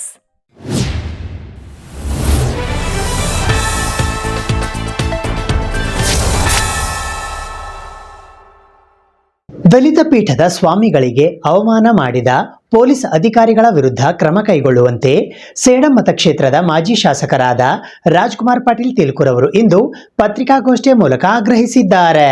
ಪರಮ ಪೂಜ್ಯ ಶ್ರೀ ಜ್ಞಾನ ಪ್ರಕಾಶ ಮಹಾಸ್ವಾಮಿಗಳು, ಶ್ರೀ ಉರಿಲಿಂಗ ಪೆದ್ದೇಶ್ವರ ಮಹಾಸಂಸ್ಥಾನ ಮಠ ಕೋಡ್ಲಾ ಹಾಗೂ ಪರಮ ಪೂಜ್ಯ ಶ್ರೀ ಬಸವ ನಾಗಿದೇವ ಛಲವಾದಿ ಗುರುಪೀಠ ಚಿತ್ರದುರ್ಗ ದಲಿತ ಪೀಠದ ಸ್ವಾಮಿಗಳಿಗೆ ಅವಮಾನಿಸಿದ police ಅಧಿಕಾರಿಗಳ ಮೇಲೆ SC/ST ದೌರ್ಜನ್ಯ ತಡೆ ಕಾಯ್ದೆ ಅಡಿಯಲ್ಲಿ FIR ದಾಖಲಿಸುವಂತೆ ಸೇಡಂ ಮತಕ್ಷೇತ್ರದ ಮಾಜಿ ಶಾಸಕರಾದ ರಾಜ್ಕುಮಾರ್ ಪಾಟೀಲ್ ತೇಲ್ಕೂರ್ ಅವರು ಇಂದು ಪತ್ರಿಕಾಗೋಷ್ಠಿಯ ಮೂಲಕ ಆಗ್ರಹಿಸಿದ್ದಾರೆ. ಈ ಪತ್ರಿಕಾಗೋಷ್ಠಿಯಲ್ಲಿ ಮಾಜಿ ಜಿಲ್ಲಾ ಪಂಚಾಯತ್ ಅಧ್ಯಕ್ಷರಾದ ಅಂಬಾರಾಯ್ ಅಷ್ಟಗಿ, ಸಂತೋಷ್ ಹಾದಿಮನಿ, ಧರ್ಮಣ್ಣ ಇಟಗ, ಮಾಜಿ ಮೇಯರ್ ವಿಶಾಲ್ ದರ್ಗಿ, ರಾಣೋಜಿ ದೊಡಮನಿ, ಶಿವಕುಮಾರ್, ಮಾಜಿ ಜಿಲ್ಲಾ ಪಂಚಾಯತ್ ಸದಸ್ಯರಾದ ಬಸವರಾಜ್ ಬೆಣ್ಣೂರ್ ಸೇರಿದಂತೆ ಇತರರು ಉಪಸ್ಥಿತರಿದ್ದರು. ನಿನ್ನೆ ಬೆಂಗಳೂರಿನ ವಿಧಾನಸೌಧದ ಅಲ್ಲಿ ಮಾನ್ಯ ಮುಖ್ಯಮಂತ್ರಿಗಳ ಭೇಟಿಗಂತೇಳಿ ಚಿತ್ರದುರ್ಗದ ಛಲವಾದಿ ಗುರುಪೀಠದ ಪರಮ ಪೂಜ್ಯರಾದಂಥ ಬಸವ ನಾಗಿದೇವ ಸ್ವಾಮೀಜಿಯವರು, ಅದರ ಜೊತೆಗೆ ಸೇಡಂನಲ್ಲಿರ್ತಕ್ಕಂಥ ಬಸವಾದಿ ಶರಣರ ಸಮಕಾಲೀನರಾದಂಥ ಉರಿಲಿಂಗ ಪೆದ್ದೇಶ್ವರ ಮಹಾಸಂಸ್ಥಾನ ಮಠದ ಕೋಡ್ಲಾ ಅದರ ಪರಮ ಪೂಜ್ಯರಾದಂಥ ಜ್ಞಾನ ಪ್ರಕಾಶ್ ಸ್ವಾಮೀಜಿಗಳು ಮುಖ್ಯಮಂತ್ರಿಗಳ ಭೇಟಿಯಾಗಿ ವಿಧಾನಸೌಧದಿಂದ ಹೊರಗಡೆ ಬರಬೇಕಾದ್ರೆ ಪೊಲೀಸ್ ಅಧಿಕಾರಿಗಳು, ಇವರು ಕಾವಿದಾರಿಗಳು, ಇವರು ಮಠಾಧೀಶರು ಅನ್ನದೇನೆ ಅವ್ರ ಜೊತೆಗೆ ಅನುಚಿತವಾಗಿ ವರ್ತನೆಯನ್ನು ಮಾಡಿದ್ದಲ್ಲದೆ ತಳ್ಳಾಟ, ದಬ್ಬೋದು, ನಡೀರಿ ಅನ್ನುವಂಥದ್ದು, ಅಪಹಾಸ್ಯಕ್ಕೀಡಾಗುವ ರೀತಿಯಲ್ಲಿ ಕೆಲವೆಲ್ಲ ಶಬ್ದಗಳನ್ನು ಬಳಸಿ ಅವರಿಗೆ ವಿಧಾನಸೌಧದಿಂದ ಹೊರಗೆ ಹಾಕುವಂಥ ಕೆಲಸವನ್ನು ಪೊಲೀಸರು ಮಾಡಿದ್ದಾರೆ. ಇದೊಂದು ದೊಡ್ಡ ಅಕ್ಷಮ್ಯ ಅಪರಾಧ. ಆ ಇಬ್ಬರು ಪರಮ ಪೂಜ್ಯರು ಕೂಡ ದಲಿತ ಮಠಾಧೀಶರು ಅಂತ ಗೊತ್ತಿದ್ದು ಕೂಡ ಇವತ್ತು ಈ ದಲಿತ ಮಠಾಧೀಶರ ಜೊತೆಗೆ ಈ ರೀತಿಯ ಪೊಲೀಸರ ವರ್ತನೆ ಇದು ಖಂಡನೀಯವಾದಂಥದ್ದು. ಹಾಗಾಗಿ ನಾವು ಸೇಡಂನಲ್ಲಿ ಆ ಪೊಲೀಸ್ ಅಧಿಕಾರಿಗಳ ವಿರುದ್ಧ ದಲಿತ ದೌರ್ಜನ್ಯ ತಡೆ ಕಾಯ್ದೆ ಅಡಿಯಲ್ಲಿ ಅಟ್ರಾಸಿಟಿ ಕೇಸನ್ನು ತಗೋಬೇಕು ಅಂತ FIR ತಗೋಬೇಕು ಅಂತೇಳಿ FIR ನಾವು ಕೊಟ್ಟು ಬಂದಿದ್ದೇವೆ. ಆದರೆ ಪೊಲೀಸರು ಇನ್ನೂ ಅದ್ರ ಬಗ್ಗೆ ತೀರ್ಮಾನ ತಗೊಂಡಿಲ್ಲ. ಒಂದು ವೇಳೆ 24 ಗಂಟೆನಲ್ಲಿ ಅಟ್ರಾಸಿಟಿ ಕೇಸು ಆ ಪೊಲೀಸ್ ಅಧಿಕಾರಿಗಳ ಮೇಲೆ ತಗೊಳ್ಳದೇ ಇದ್ದರೆ ಮುಂದೆ ಉಗ್ರವಾದಂಥ ಹೋರಾಟವನ್ನು ಮಾಡಬೇಕಾಗ್ತದೆ ಅಂತಕ್ಕಂಥ ಎಚ್ಚರಿಕೆಯನ್ನು ನಾನು ಈ ಸಂದರ್ಭದಲ್ಲಿ ಕೊಡ್ತಾ, ಕಲಬುರಗಿಯ ಹಿಂದುಳಿದ ವರ್ಗಗಳ ಕಲ್ಯಾಣ ಇಲಾಖೆಯ ವಸತಿ ನಿಲಯಗಳಲ್ಲಿ ಬೋಗಸ್ ಬಿಲ್ ಮಾಡಿ ಕೋಟ್ಯಂತರ ಹಣ ಲೂಟಿ ಮಾಡಿದ್ದಾರೆ ಎಂದು ಕರ್ನಾಟಕ ರಾಜ್ಯ ದಲಿತ ಸಂಘರ್ಷ ಸಮಿತಿ ಕ್ರಾಂತಿಕಾರಿಯ ವತಿಯಿಂದ ಇಂದು ಪತ್ರಿಕಾಗೋಷ್ಠಿಯ ಮೂಲಕ ಆರೋಪಿಸಲಾಯಿತು. ಕಲಬುರಗಿಯ ಹಿಂದುಳಿದ ವರ್ಗಗಳ ಕಲ್ಯಾಣ ಇಲಾಖೆಯ ವಸತಿ ನಿಲಯಗಳಲ್ಲಿ ಬೋಗಸ್ ಬಿಲ್ ಮಾಡಿ ಕೋಟ್ಯಾಂತರ ಹಣ ಲೂಟಿ ಮಾಡಿದ್ದನ್ನು COD ತನಿಖೆಗೆ ಒಪ್ಪಿಸಲು ಒತ್ತಾಯಿಸಿ ಅತಿ ಶೀಘ್ರದಲ್ಲೇ ಕಲಬುರಗಿ ಉಸ್ತುವಾರಿ ಸಚಿವರಾದ ಪ್ರಿಯಾಂಕ್ ಖರ್ಗೆ ಮತ್ತು ಹಿಂದುಳಿದ ವರ್ಗಗಳ ಕಲ್ಯಾಣ ಇಲಾಖೆಯ ಸಚಿವರಾದ ತಂಗಡಗಿ ಇವರಿಗೆ ಭೇಟಿ ಮಾಡಿ ಒತ್ತಾಯಿಸಲಾಗುವುದು ಎಂದು ಕರ್ನಾಟಕ ರಾಜ್ಯ ದಲಿತ ಸಂಘರ್ಷ ಸಮಿತಿ ಕ್ರಾಂತಿಕಾರಿ ರಾಜ್ಯ ಸಮಿತಿ ಬೆಂಗಳೂರಿನ ರಾಜ್ಯ ಸಂಚಾಲಕರಾದ ಅರ್ಜುನ್ ಭದ್ರೆ ಅವರು ಇಂದು ಪತ್ರಿಕಾಗೋಷ್ಠಿಯ ಮೂಲಕ ತಿಳಿಸಿದ್ದಾರೆ. ಈ ಪತ್ರಿಕಾಗೋಷ್ಠಿಯಲ್ಲಿ ಜಿಲ್ಲಾ ಸಂಚಾಲಕರಾದ ಮಹಂತೇಶ್ ಬಡದಾಳ್, ಜಿಲ್ಲಾ ಸಂಘಟನಾ ಸಂಚಾಲಕರಾದ ಮಲ್ಲಿಕಾರ್ಜುನ ಖನ್ನಾ, ಸೂರ್ಯಕಾಂತ್ ಆಜಾದ್ಪುರ್, ಜೇವರ್ಗಿ ತಾಲೂಕಾ ಸಂಚಾಲಕರಾದ ಮಹೇಶ್ ಕೋಕಿಲೆ ಸೇರಿದಂತೆ ಇತರರು ಉಪಸ್ಥಿತರಿದ್ದರು. ಮತ್ತು ಶೈಕ್ಷಣಿಕ ಅಭಿವೃದ್ಧಿಗಾಗಿ ಹಿಂದುಳಿದ ವರ್ಗಗಳ ಕಲ್ಯಾಣ ಇಲಾಖೆ ಇದ್ದು, ಈ ಕಲ್ಯಾಣ ಇಲಾಖೆ ಅಡಿಯಲ್ಲಿ ಹಿಂದುಳಿದ ವರ್ಗಗಳ ವಿದ್ಯಾರ್ಥಿಗಳಿಗೆ ಹಲವಾರು ಯೋಜನೆಗಳು ರೂಪಿಸಿದ್ದು ಮತ್ತು ಈ ದಿಶೆಯಲ್ಲಿ ಅವರ ವಿದ್ಯಾಭ್ಯಾಸಕ್ಕಾಗಿ ವಸತಿ ನಿಲಯಗಳನ್ನು ಮಾಡಿರ್ತಕ್ಕಂಥದ್ದು. ಕಲಬುರಗಿಯಲ್ಲಿ ಮ್ಯಾಟ್ರಿಕ್ ನಂತರ ಮತ್ತು ಮ್ಯಾಟ್ರಿಕ್ ಪೂರ್ವ ಒಟ್ಟಿಗೆ 142 ವಸತಿ ನಿಲಯಗಳಿದ್ದು, ಇದರಲ್ಲಿ ಸುಮಾರು 4000 ವಿದ್ಯಾರ್ಥಿಗಳು ವಸತಿ ನಿಲಯ ಇರ್ತಕ್ಕಂಥದ್ದು. ಆದರೆ ಇವತ್ತು ಹಿಂದುಳಿದ ವರ್ಗ ಕಲ್ಯಾಣ ಇಲಾಖೆ ಹೆಸರಿಗೆ ಮಾತ್ರ ಆಗಿರ್ತಕ್ಕಂಥದ್ದು. ಇದು ಬಲಾಢ್ಯ ಸಮುದಾಯದ ಕೈಯಲ್ಲಿ ಸಿಕ್ಕು ಇವತ್ತು ಆ ಇಲಾಖೆ ಪೂರ್ತಿಯಾಗಿರ್ತಕ್ಕಂಥದ್ದು. ಸರ್ಕಾರದಿಂದ ಸಿಗ್ತಕ್ಕಂಥ ಎಲ್ಲ ಸೌಲಭ್ಯಗಳು ಹಿಂದುಳಿದ ವರ್ಗಗಳ ವಿದ್ಯಾರ್ಥಿಗಳಿಗೆ ವಂಚಿತರಾಗುತ್ತಿದ್ದಾರೆ. ವಿಶೇಷವಾಗಿ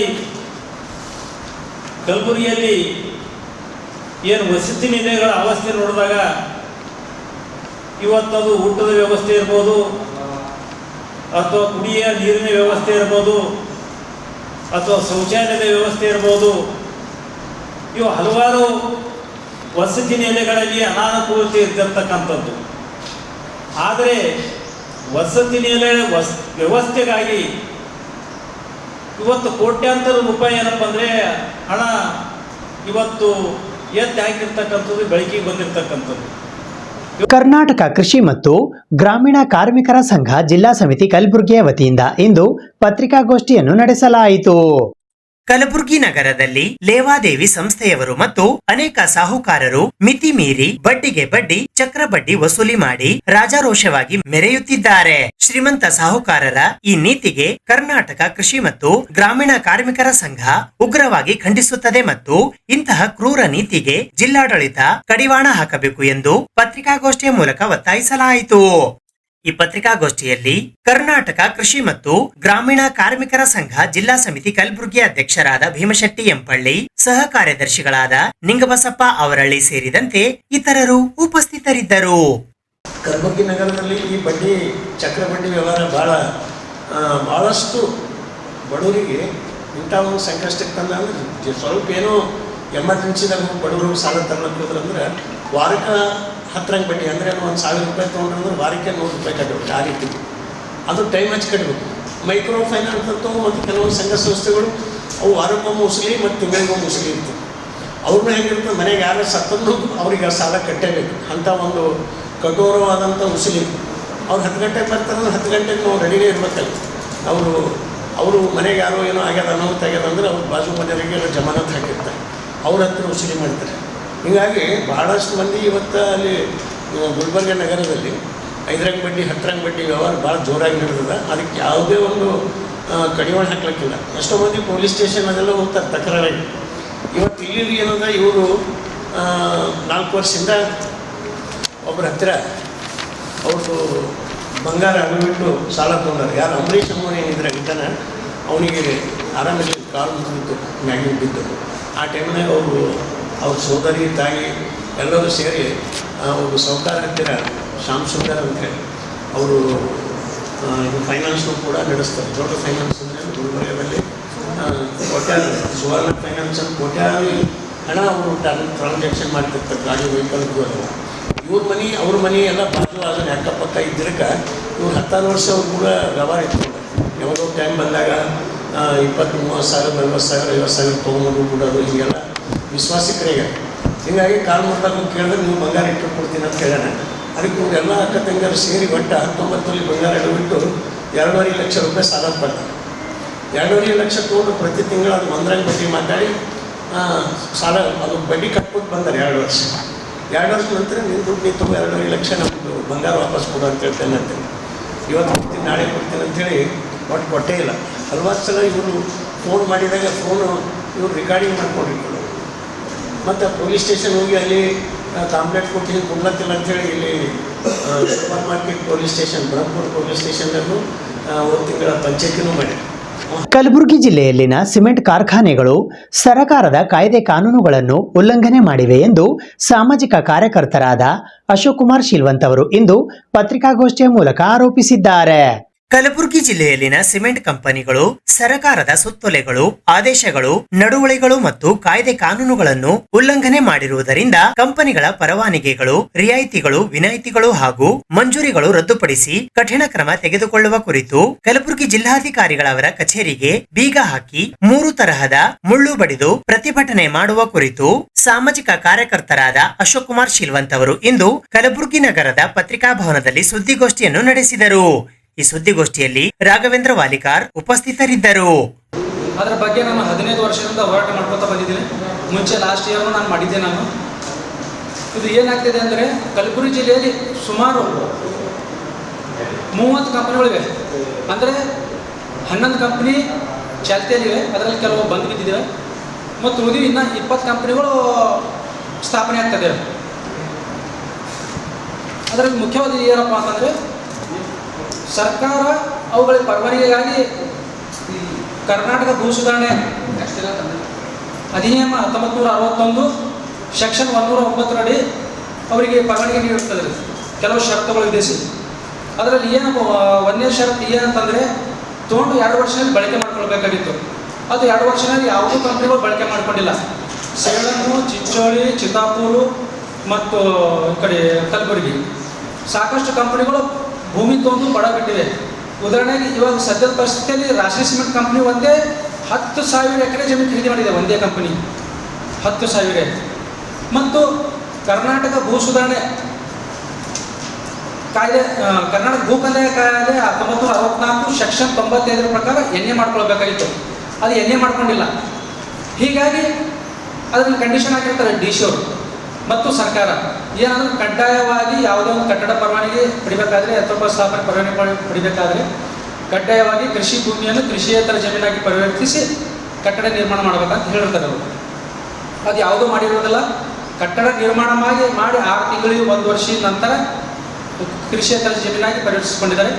ಮತ್ತು ಕೆಲವು ಸಿಮೆಂಟ್ ಕಂಪನಿಗಳು ಇನ್ನುವರೆಗೂ, ಶ್ರೀ ಸಿಮೆಂಟ್ ಕಂಪನಿ ಇನ್ನುವರೆಗೂ ಕೃಷಿ ಭೂಮಿಯನ್ನು ಕೃಷಿಯೇತರ ಜಮೀನಾಗಿ ಪರಿವರ್ತಿಸಿಕೊಂಡಿಲ್ಲ. ಇದು 2 ಸಿಮೆಂಟ್ ಘಟಕಗಳು ಹೊಂದಿದೆ ಶ್ರೀ ಸಿಮೆಂಟ್ ಕಂಪನಿ, ಆದರೆ ಇನ್ನವರೆಗೆ ಅದರದ್ದು ಎಣ್ಣೆ ಇಲ್ಲ. ಕಲಬುರಗಿ ಜಿಲ್ಲೆಯಲ್ಲಿ ಎಲ್ಲ ಸಿಮೆಂಟ್ ಕಂಪನಿಗಳು ಪೂರ್ತಿ ಇಲ್ಲಿಗಲ್ ಆಗಿದೆ. ಇವತ್ತಿನ ವಿಷಯ ಏನಪ್ಪ ಅಂದರೆ ಇವೆಲ್ಲ ಏನು ಸಿಮೆಂಟ್ ಕಂಪನಿಗಳಿವೆ ಹಲವು ಕಾಯ್ದೆ ಕಾನೂನು ಉಲ್ಲಂಘನೆ ಮಾಡಿರೋದ್ರಿಂದ ಮಳಿಖೇಡ್ ಗ್ರಾಮದಿಂದ ನಾನು 15 ವರ್ಷದಿಂದ ನಾನು ದೂರು ಸಲ್ಲಿಸ್ತಾ ಇದ್ದೀನಿ. ಜಿಲ್ಲಾಡಳಿತವಾಗಲಿ, ಜಿಲ್ಲಾ ಪಂಚಾಯತ್ ಆಗಲಿ, ತಾಲೂಕು ಆಡಳಿತವಾಗಲಿ, ಸರ್ಕಾರವಾಗಲಿ, ಯಾವುದೇ ಅಧಿಕಾರಿಗಳಾಗಲಿ, ಜನಪ್ರತಿನಿಧಿಗಳು ಎಲ್ಲರಿಗೂ ನಾನು ದೂರು ಮನವಿ ಸಲ್ಲಿಸ್ತಾ ಬಂದಿದ್ದೀನಿ. ಯಾರೂ ಕ್ರಮ ಕೈಗೊಂಡಿಲ್ಲ. ನಾನು ದಿನಾಂಕ 27/4/2026 ಮಳಿಖೇಡ್ ಗ್ರಾಮದಿಂದ ಪಾದಯಾತ್ರೆ ಮಾಡ್ತಾಯಿದ್ದೀನಿ. ನಾನು ಪಾದಯಾತ್ರೆ ಮಾಡಿ ಜಿಲ್ಲಾಡಳಿತ ಪೂರ್ತಿ ವಿಫಲಾಗಿದೆ ಕ್ರಮ ಕೈಗೊಳ್ಳಕ್ಕೆ. ಸಾಕಷ್ಟು ತೆರಿಗೆ ಹಣ ವಸೂಲು ಮಾಡಬೇಕಾಗಿತ್ತು, ವಸೂಲು ಮಾಡಿಲ್ಲ. ಮತ್ತು ಕಂಪ್ನಿ ಮೇಲೆ ದಂಡ ವಿಧಿಸಬೇಕಾಗಿತ್ತು, ದಂಡ ವಿಧಿಸಿಲ್ಲ. ಮತ್ತು ಹಲವು ಕಾಯ್ದೆ ಕಾನೂನು ಉಲ್ಲಂಘನೆ ಮಾಡಿರೋದ್ರಿಂದ ಜಿಲ್ಲಾಡಳಿತಕ್ಕೆ ಬಂದು ಪಾದಯಾತ್ರೆ ಮುಖಾಂತರ 27, 28, 29 3 ದಿನ ಪಾದಯಾತ್ರೆ ಮಾಡಿ 30ನೇ ತಾರೀಕು ಜಿಲ್ಲಾಡಳಿತಕ್ಕೆ ಬಂದು ಬೀಗ ಜಡಿದು ಬಾರಿ ಮುಳ್ಳು, ಖಾರಿ ಮುಳ್ಳು, ಜಾಲಿ ಮುಳ್ಳು 3 ಥರ ಮುಳ್ಳುಗಳು ಬಡಿಬೇಕಂತ ನಿರ್ಧಾರ ಮಾಡಿದೆ ನಾನು. ಕಲ್ಯಾಣ ಕರ್ನಾಟಕ ರಸ್ತೆ ಸಾರಿಗೆ ಮಜ್ದೂರ್ ಸಂಘ ಈಶಾನ್ಯ ವಲಯ ಕಲಬುರಗಿಯ ವತಿಯಿಂದ ವಿವಿಧ ಬೇಡಿಕೆಗಳನ್ನು ಈಡೇರಿಸುವಂತೆ ಇಂದು ಪತ್ರಿಕಾಗೋಷ್ಠಿಯ ಮೂಲಕ ಆಗ್ರಹಿಸಲಾಯಿತು. ಕಲ್ಯಾಣ ಕರ್ನಾಟಕ ರಸ್ತೆ ಸಾರಿಗೆ ಮಜ್ದೂರ್ ಸಂಘ ಈಶಾನ್ಯ ವಲಯ ಕಲಬುರಗಿಯ ವತಿಯಿಂದ ದಿನಾಂಕ 1ನೇ ಜನವರಿ 2024 ವೇತನ ಪರಿಷ್ಕರಣೆಯನ್ನು ಜಾರಿ ಮಾಡುವುದು, 2020 ಪರಿಷ್ಕರಣೆಯ 38 ತಿಂಗಳ ಹಿಂಬಾಕಿ ಪಾವತಿಸುವುದು, ಕಾರ್ಮಿಕರ ಮೇಲಿನ ಕಿರುಕುಳ ಹಾಗೂ ದೌರ್ಜನ್ಯವನ್ನು ನಿಲ್ಲಿಸುವಂತೆ ಇಂದು ಪತ್ರಿಕಾಗೋಷ್ಠಿಯ ಮೂಲಕ ಆಗ್ರಹಿಸಲಾಯಿತು. ಈ ಪತ್ರಿಕಾಗೋಷ್ಠಿಯಲ್ಲಿ ಅಧ್ಯಕ್ಷರಾದ ಶಿವಪುತ್ರಪ್ಪ ಬೆಳಮಗಿ, ಪ್ರಧಾನ ಕಾರ್ಯದರ್ಶಿಗಳಾದ ದೇವರಾಜ್ ಎಸ್ ಚೌರ್, ರಾಜ್ಯ ಕಾರ್ಯಾಧ್ಯಕ್ಷರಾದ ಆರ್ ದೇವಧಾನ್, ಜಟ್ಟಪ್ಪ ಠಾಣಗುಂದಿ, ಬಸವರಾಜ್ ಮಿತ್ರ, ರಮೇಶ್ ಕಾಂದೆ, ಅಜಯ್ ತಳವಾರ್, ವೈಜನಾಥ್ ಪಾಟೀಲ್ ಸೇರಿದಂತೆ ಸಂಘಟನೆಯ ಇತರೆ ಪ್ರಮುಖ ಮುಖಂಡರು ಉಪಸ್ಥಿತರಿದ್ದರು. ಪ್ರಾರಂಭವಾದಂತಹ ದಿನದಿಂದ ಹಿಡಿದು ಇವತ್ತಿನವರೆಗೂ ಸುಮಾರು 6 ದಶಕಗಳವರೆಗೂ ಕಳೆದ ಸತತವಾಗಿ ಪ್ರತಿ 4 ವರ್ಷಕ್ಕೊಂದು ಸರಿ ವೇತನ ಒಪ್ಪಂದ ಹಾಕ್ಕೊಂತಾನೆ ಬರ್ತಾ ಇದೆ. ಆದರೆ ಪ್ರಸ್ತುತ ಈಗಿರುವಂಥ ಸರ್ಕಾರ, ಕಳೆದ ಸರ್ಕಾರ ಏನು ವೇತನ ಪರಿಷ್ಕರಣೆ ತಡವಾಗಿ ಮಾಡಿದೆ, ಆ ಕಾರಣವನ್ನು ಹೇಳಿ ಒಂದು ವೇತನ ಪರಿಷ್ಕರಣೆಯನ್ನು ವಿಳಂಬ ಮಾಡ್ತಾ ಇದ್ದಾರೆ. 1/1/24ಕ್ಕೆ ಏನು ನಮಗೆ ಕೊಡಬೇಕಾಗಿತ್ತು ಅದು ಕೊಡ್ತಾ ಇಲ್ಲ. ಆದರೆ ಇವತ್ತು ಈ ವಿಳಂಬಕ್ಕೆ ಕಾರಣ ನಾವು ಯಾವ ಕಾರ್ಮಿಕ ವರ್ಗದವರಲ್ಲ. ಹೇಳ್ಬೇಕಪ್ಪ ಅಂದರೆ ನಾವೆಲ್ಲರೂ ಇಲ್ಲಿ ಕೆಲಸಗಾರರು, ನಾವು ಕೆಲಸ ಮಾಡ್ತಾ ಇದ್ದೀವಿ, ಆಡಳಿತ ವರ್ಗ ಸಂಬಳ ಕೊಡಬೇಕು. ಹಾಗೆ ವೇತನ ಪರಿಷ್ಕರಣೆ ಮಾಡೋದು ಅವ್ರದ್ದೇ ಕೆಲಸ. ನಮ್ಮ ಕೆಲಸ ನಾವು ಮಾಡಿದ್ವಿ, ಅವ್ರ ಕೆಲಸ ಅವ್ರು ಮಾಡಬೇಕಿದ್ರೆ ಕೊಡ್ತಿಲ್ಲ. ಇಲ್ಲಿ ವಿಪರ್ಯಾಸ ಏನಪ್ಪ ಅಂದರೆ ನಾವು ಪದೇ ಪದೇ ಬಂದು ಅವ್ರಿಗೆ ವೇತನ ಪರಿಷ್ಕರಣೆ ಮಾಡಿರಿ ಅಂತ ಕೇಳುವಂಥ ಒಂದು ಪ್ರಸಂಗ ಉದ್ಭವ ಆಗಿದೆ. ಈ ಕಾರಣಕ್ಕಾಗಿ ಅವರು ವಿಳಂಬ ಮಾಡ್ತಿದ್ದಾರೆ. ಇನ್ನೊಂದು ವಿಪರ್ಯಾಸ ಏನಪ್ಪ ಅಂತಂದರೆ ಈ ವೇತನ ಪರಿಷ್ಕರಣೆ ಸಂಬಂಧ 1/1/2024 ವೇತನ ಪರಿಷ್ಕರಣೆ ಸಂಬಂಧ ಈ ಮ್ಯಾನೇಜಿಂಗ್ ಡೈರೆಕ್ಟರ್ ಲೆವೆಲ್ನಲ್ಲಿ ಸಭೆಗಳು ನಡೀತಾ ಇದೆ. ಮಾನ್ಯ ಗೌರವಾನ್ವಿತ ಸಾರಿಗೆ ಸಚಿವರ ನೇತೃತ್ವದಲ್ಲಿ ಸಭೆಗಳು ನಡೀತಾ ಇದೆ. ಇನ್ನು ಮಾನ್ಯ ಮುಖ್ಯಮಂತ್ರಿಗಳೇ 4 ಸರಿ ಸಭೆಗಳನ್ನು ಕರೆದರೂ ಸಹಿತವಾಗಿ ಅವರ ನೇತೃತ್ವದಲ್ಲಿ ಈ ಸಮಸ್ಯೆ ಇತ್ಯರ್ಥ ಆಗಿಲ್ಲ. ಇದು ಏನಪ್ಪ ಅನಿಸುತ್ತಂದರೆ, ಏನಪ್ಪ ಇಷ್ಟು ದೊಡ್ಡ ಸಮಸ್ಯೆ ಕಾರ್ಮಿಕ ನೌಕರಿಗೆ ವೇತನ ಕೊಡೋದಕ್ಕಾಗಿ ಸರ್ಕಾರದಿಂದ ಇದೊಂದು ದೊಡ್ಡ ಸಮಸ್ಯೆ ಆಯ್ತಾ ಅನ್ನೋ ಒಂದು ಪ್ರಶ್ನೆ ಎಲ್ಲ ಕಾರ್ಮಿಕ ವರ್ಗದಲ್ಲಿ ಕಾಡ್ತಾ ಇದೆ. ಅದಕ್ಕೆ ಇವತ್ತು ಈ ಮಾಧ್ಯಮ ಗೋಷ್ಠಿ ಮುಖಾಂತರವಾಗಿ ನಾವು ಕೇಳೋದೇನಪ್ಪ ಅಂತಂದರೆ, ಎಷ್ಟು ನೀವು ಸರ್ಕಾರ ಬಜೆಟ್ನಲ್ಲಿ ಎಲ್ಲ ನೀವು ರಾಜ್ಯದ ಜನತೆಗೆ ಕೊಡುಗೆಗಳು ಕೊಡ್ತಾ ಇದ್ದೀರಿ, ಕೇಳದೇನೆ ಕೊಡ್ತಾ ಇದ್ದೀರಿ. ಭಾಳ ಸಂತೋಷ. ಬಡ ಜನಗಳನ್ನ ಅಭಿವೃದ್ಧಿಗಾಗಿ ಅನೇಕ ಒಂದು ಕಾರ್ಯ ಮಾಡ್ತಿದ್ದಾರೆ, ಅದಕ್ಕೆ ನಮ್ಗೆ ಸಂತೋಷ ಇದೆ, ನಾವು ನಾಡಿನ ಒಂದು ಪ್ರಜೆಯಾಗಿ. ಆದರೆ ನಾವು ಸಾರಿಗೆ ನೌಕರು ಕೇಳ್ತಾ ಇರೋದು ಏನಪ್ಪ ಅಂದರೆ, ನಾವು ದುಡಿದಿದ್ದೀವಿ, ನಮ್ಮ ದುಡಿಮೆಗೆ ಒಂದು ತಕ್ಕ ಪ್ರತಿಫಲವನ್ನು ವೇತನವಾಗಿ ಕೊಡ್ರಿ ಅಂತ ಮಾತ್ರ ನಾವು ಆಗ್ರಹ ಮಾಡಿ ಕೇಳ್ತಾ ಇದ್ದೀವಿ. ಅದನ್ನು ಸರ್ಕಾರ ಕಿವಿ ಮೇಲೆ ಹಾಕ್ಕೊಳ್ತಾ ಇದ್ದಾರೆ. ಬೇರೆ ಬೇರೆ ರೀತಿಯಲ್ಲಿ ಅವರು ವಿಷಯಗಳನ್ನ ಹೇಳ್ತಾ ಇದ್ದಾರೆ. ಈಗ ಅವ್ರು ಹೇಳೋದೇನಪ್ಪ ಅಂತಂದರೆ, ಆ ವಿಷಯಕ್ಕೆ ಬರ್ತೀವಿ. ಸಾರಿಗೆ ಸಚಿವರು ಹೇಳ್ತಾರೆ, ಇಲ್ಲ ಹಿಂದಿನ ಸರ್ಕಾರ ವಿಳಂಬ ಆಯಿತು, ಕೋವಿಡ್ ಇತ್ತು, ಅವ್ರು ಮಾಡಿದ ಡೇಟಿಂದ ನಾವು 4 ವರ್ಷಕ್ಕೆ ಮಾಡ್ತಾ ಇದ್ದೀವಿ ಅಂತ ಹೇಳಿ ಅವರು ಎಲ್ಲ ಕಡೆ ಪತ್ರಿಕಾ ಸ್ಟೇಟ್ಮೆಂಟ್ನಲ್ಲಿ ಕೊಡ್ತಾ ಇದ್ದಾರೆ. ಅದಕ್ಕೆ ಒಂದು ಕನ್ಕ್ಲೂಷನ್ ನಾನು ಸ್ವಲ್ಪ ಕ್ಲಿಯರ್ ಮಾಡ್ತೀನಿ. 1/1/20ಕ್ಕೆ ನಮ್ಮ ವೇತನ ಪರಿಷ್ಕರಣೆ ಆಯಿತು. 1/1/2020ಕ್ಕೆ ಏನು ಕಳೆದ ಸರ್ಕಾರ BJP ಸರ್ಕಾರ ಇತ್ತು, ಅದು ವೇತನ ಪರಿಷ್ಕರಣೆಯನ್ನು ಮಾಡಿದೆ, 15% ಅಂತ ಮಾಡಿದೆ. ಆದರೆ ಜಾರಿಗೆ ಬರುವಂತೆ ಅಂತೇಳಿ 1/1/2020ಕ್ಕೆ 23ರಲ್ಲಿ ಇಂಪ್ಲಿಮೆಂಟ್ ಆಗಿದೆ, ಅದು 20ರಿಂದ ಜಾರಿಗೆ ಬಂದಿದೆ. ಉದಾಹರಣೆಗೆ ನಮ್ಮಲ್ಲಿ ಯಾರೆಲ್ಲ ನಿವೃತ್ತಿ ಆಗಿದ್ದಾರೆ, ಯಾವುದು 21ರಲ್ಲಾಗಿರ್ಬೋದು, 22ರಲ್ಲಾಗಿರ್ಬೋದು, 23ರಲ್ಲಿ ಎಷ್ಟು ಜನ ನಿವೃತ್ತಿ ಆಗಿದ್ದಾರೆ? ನಿವೃತ್ತಿಯ ಎಲ್ಲ ಸಿಬ್ಬಂದಿಗಳಿಗೆ ಉಪದಾನ ಮತ್ತು ರಜೆ ನಿಗದೀಕರಣ ಎಲ್ಲವನ್ನು ಕೊಡಬೇಕಾದ್ರೆ 1/1/2020ರಿಂದಲೇ ಲೆಕ್ಕಾಚಾರ ಮಾಡಿ ಪಾವತಿ ಮಾಡಿದೆ. ಇದಕ್ಕೆ ಅವರು ಸಾರಿಗೆ ಸಚಿವರು ಉತ್ತರ ಕೊಡಬೇಕಾಗ್ತದೆ. ಜೊತೆಗೆ ಏನಪ್ಪ ಅಂದರೆ, ಈಗ 38 ತಿಂಗಳು 1/1/2020 ವೇತನ ಪರಿಷ್ಕರಣೆಯ 38 ತಿಂಗಳ ವೇತನ ಹಿಂಬಾಕಿಗಾಗಿ ನಾವು ಸಾರಿಗೆ ನೌಕರು ಆಗ್ರಹ ಮಾಡ್ತಾ ಇದ್ದೀವಿ. ಆದರೆ ಅವರು 28 ತಿಂಗಳು ಕೊಡೋಕ್ಕಾಗಲ್ಲ, ಕೋವಿಡ್ನ ವರ್ಷವನ್ನು ನಾವು ಲೆಸ್ ಮಾಡ್ತೇವೆ ಎಂಬುದಾಗಿ ಅವರು ನಮ್ಗೆ ಒಂದು ರಿಕ್ವೆಸ್ಟ್ ಮಾಡ್ತಾರೆ. ಇದು ಇವತ್ತಿನ ಸುದ್ದಿ ಸಮಯ. ಸ್ಥಳೀಯ ಸುದ್ದಿಗಳಿಗಾಗಿ ನೋಡ್ತಾ ಇರಿ ಸುದ್ದಿ ಸಮಯ. ನಿಮ್ಮ ನೆಚ್ಚಿನ ಸುದ್ದಿ ಸಮಯವನ್ನು ಡೆನ್ ಸೆಟಾಪ್ ಬಾಕ್ಸ್ನ ಚಾನೆಲ್ ಸಂಖ್ಯೆ 746ರಲ್ಲಿ ಪ್ರತಿದಿನ ರಾತ್ರಿ 9 ಗಂಟೆಗೆ, ಮರುಪ್ರಸಾರ ರಾತ್ರಿ 10 ಗಂಟೆಗೆ ಮತ್ತು ಮರುದಿನ ಬೆಳಿಗ್ಗೆ 8 ಗಂಟೆ ಮತ್ತು 9 ಗಂಟೆಗೆ ವೀಕ್ಷಿಸಬಹುದು. ಇದು SS ಡಿಜಿಟಲ್ ಚಾನಲ್, ಶ್ರೀ ಸುಮಂಗಲಿ ಡಿಜಿಟಲ್ ಚಾನಲ್. ನೀವು ನೋಡ್ತಾ ಇದ್ದೀರಿ ಸುದ್ದಿ ಸಮಯ, ಸ್ಥಳೀಯ ಸುದ್ದಿಗಳಿಗಾಗಿ. ಸುದ್ದಿ ಸಮಯದ ಪ್ರಾಯೋಜಕರು Mahalakshmi jewellers, gold hub, main road, Kalaburagi ಮತ್ತು ಅರುಜೀವ Kalaburagi. Welcome to Arujiva. Experience holistic wellness through Ayurveda, naturopathy, yoga, dhyan, and satsang. A state-of-the-art gym, serene wellness spaces, a refreshing swimming pool, comfortable accommodations, and a sprawling 30-acre green farm provides everything you need for your healing. Come, heal, and rediscover yourself. Arujiva, where ancient wisdom meets modern wellness.